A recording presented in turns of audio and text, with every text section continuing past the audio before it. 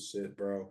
But like, I'm glad that this is coming back with the playoffs because the one thing about it is that I think it's going to work because this is what I'm saying about how I feel so old. Division two had playoffs ever since 2006. Like they had 12 team playoffs in Division two. So and App State was see when I was living in North Carolina, App State was the team. So when they played Michigan, I told people App State may beat Michigan, and everyone thought I was crazy. And then look what the hell happened. I think the problem with the 12-team college football playoffs is that you got auto bids, which are cool. The problem is that unlike the other models, you don't have a committee of people that pick the teams. It's pretty much similar to the NFL. Like you got your at large, you got your auto bids, teams that win their conference get home field, and then it goes by record. But with a committee, though, they hand select teams, and when you got people making decisions, you get a lot of inconsistency. And the only thing that has kept college football from being dominated by the SEC has been the 14 model because last year was the first time in over a decade we got a SEC list national champion. Yeah, that was. But now with the college football playoffs expanding to 12 teams, Georgia gets in with one loss. You feel me? And Georgia probably wins it all. So And there's then 12 teams, right? yeah, so you're gonna have your four auto bids that go to the P4 Second round champion. automatically, right? Yeah, then you're gonna have the highest rated group of five school that gets in. Okay, So so that's I your think that five matches auto would be like bid. a 5-12, 6-11, Yeah, and 10-7, whatnot. like that, right? Kind of like NCAA Now, basketball, right? the Okay. teams that get auto bids, though, they get a first round bye. Now, the other teams, though, who don't end up getting a high seed, they get a home field playoff game. Now, the problem with this is that nobody's going to be happy with it because there's always going to be a team that gets snubbed. Because I want you to think about this, right? You got 12 spots, five of those go to auto bids. Now, what are you going to do with the other nine spots, right? You know that you're going to have about three or four SEC teams that get in because the SEC, here's where my biggest problem lies, right? I got Alabama going 11-1, losing to Texas in the SEC championship. Texas goes 10-2. I also have Georgia going 10-2. Alabama's getting in. So wait, so Texas you get think Texas beats Georgia? well, yeah, I think that Georgia ends up suffering two of their losses on the road just because they play three of the SEC. Because Georgia is favored to win the SEC, right? Of But the course. other three teams behind them are Texas, Alabama, and Ole Miss. They play all three of No those one's teams been on the talking about road, Ole Miss this whole time. I think that's more scary and they because we, play. we know Jackson Dart is going to throw the ball. Lane Kiffin, he makes great like play calls. It's just the defense, bro.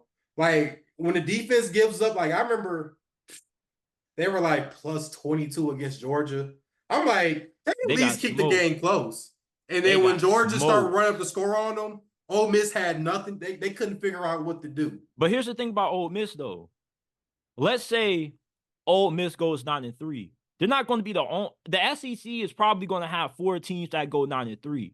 So if Alabama's in at 11-1, Texas and Georgia in at 10-2, how many 9-3 teams are you going to put in? And what's going to be the criteria for why you select those 9-3 teams over the other 9-3 teams? So let's say Oklahoma, Ole Miss, Tennessee, and Missouri, all four of those squads are 9-3. You can't put all of those teams in because you still have to pick from the other at-large teams because you could have a couple of teams in the Big Ten that have the same record. You know that either Ohio State and Michigan are going to get the auto bid, and whoever doesn't is going to end up getting, seeding there. So the Big Ten and the SEC are going to occupy the majority of the spots. Of And course. then, the at large bids who they're going to pick on, where the controversy is going to be is the inconsistency and picking one team over the other, even though they have the same record. So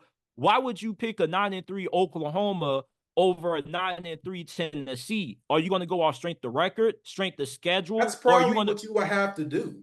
You But know, last year they didn't go off that. They went off the eye test because remember they was like, for what we see when we watch this games, so and so team is the best team in America. yeah. So with you expanding to 12 teams and there's still going to be more snubs, more people are going to say we need to expand. And remind you, we're not stuck at 12 teams. After 2 years, we're going to 14. It will never be enough because you're always going to have teams that deserve to get in. If you put in a 9-3 Tennessee over a 9-3 USC, people are going to be outraged by that. You Yeah, feel me? because USC is going to have a way better strength of schedule. So you're going to always have the people out there who are going to say this isn't enough. We need to expand more.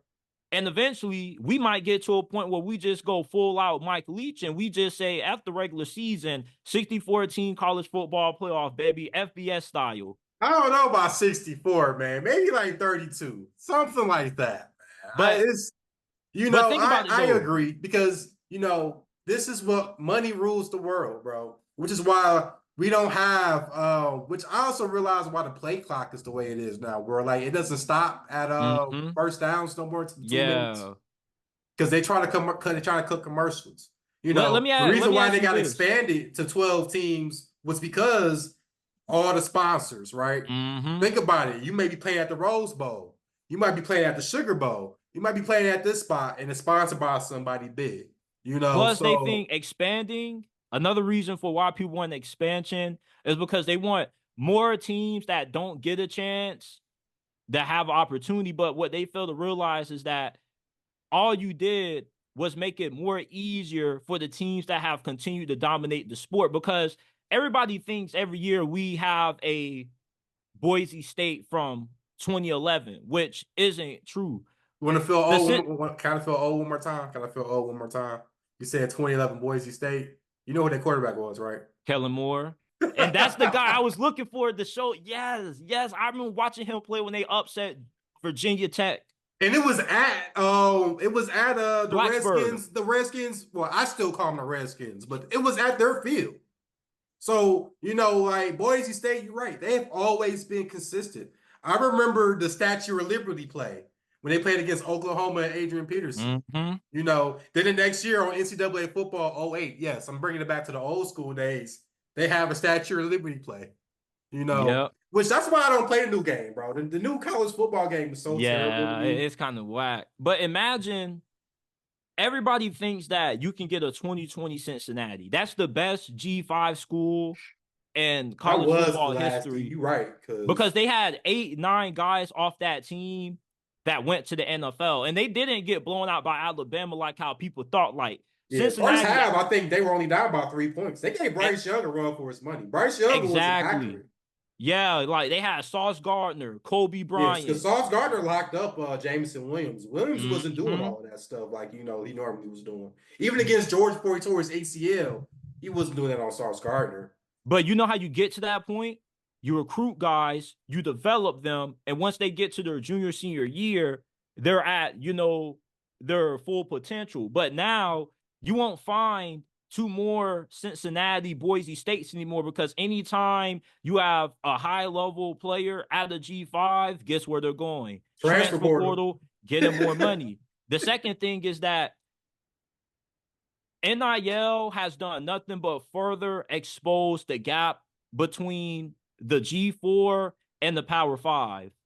So you don't have resources, you don't have the financial backing, you're never going to have a team remotely close enough to give, one of the Big Ten SEC schools a run for their money. Now, if you get ACC versus a Group of 4 team or a G5 team, those could be closer. But here's the thing, though. Let's say FSU, who doesn't have a tough schedule this year, they go 10-2, right? The situation that the 12-team playoff is going to create is going to be way more outrageous than what we saw last year with FSU getting left out despite being an undefeated Power 5 champion over Alabama. You I want to know thought why? Georgia should have made it still. But With this the is what's going to loss. make it more outrageous. 11-1 team might get passed over for a 9-3 SEC team because of the strength of schedule. Yeah. Yeah.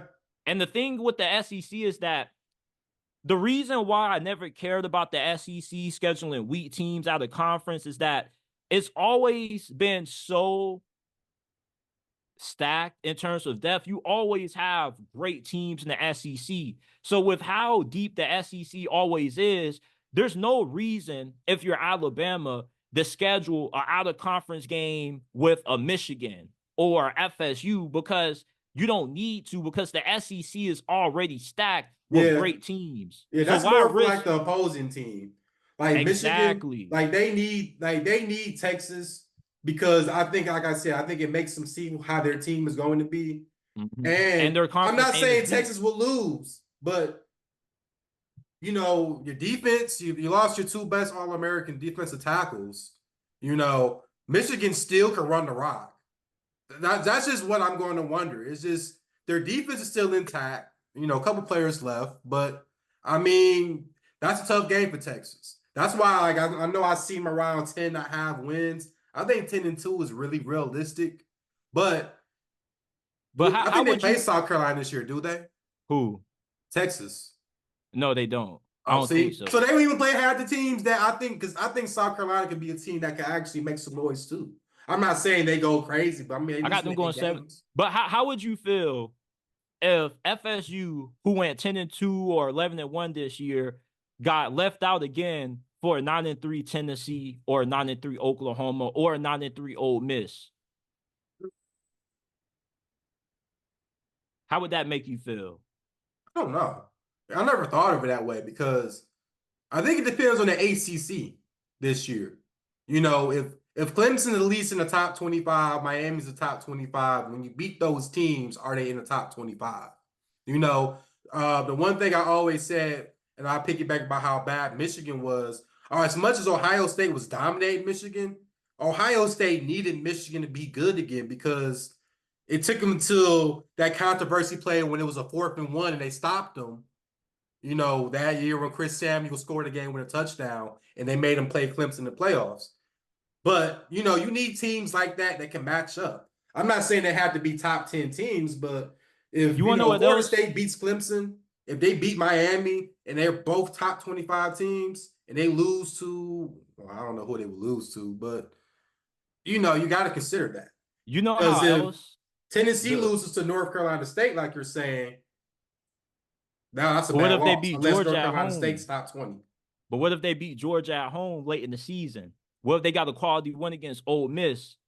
It's Yeah, like but see, yep, see, that they got makes a sense worse though. record, but they got a stronger strength of wins. And here's something else: the 12-team college football playoffs, what it's going to do is going to minimize the importance of rivalry games. What makes the game such the spectacle that it is because of the stakes that have come with it. Either you win and you get to the Big Ten championship, or you lose and now your playoff fate's in the hands of the committee. But now with it being 12 teams, that game doesn't have that same level of importance because Ohio State, Michigan, they could drop that game, rematch in the Big Ten championship, and then potentially rematch again in the college football playoffs. Now, you may say off the bat, seeing the game 3 times in the season is great. But then once we start getting used to seeing these same rivalry games that we only saw played once being played twice and 3 times in a year, they don't have the same level of intensity because the stakes aren't as high anymore. Ryan Day could lose to Michigan again and win a national championship, and it has no implications. The reason why Ryan Day gets the criticism that he receives is because Ohio State can't get past Michigan, and that's been the reason why they missed out on the playoffs.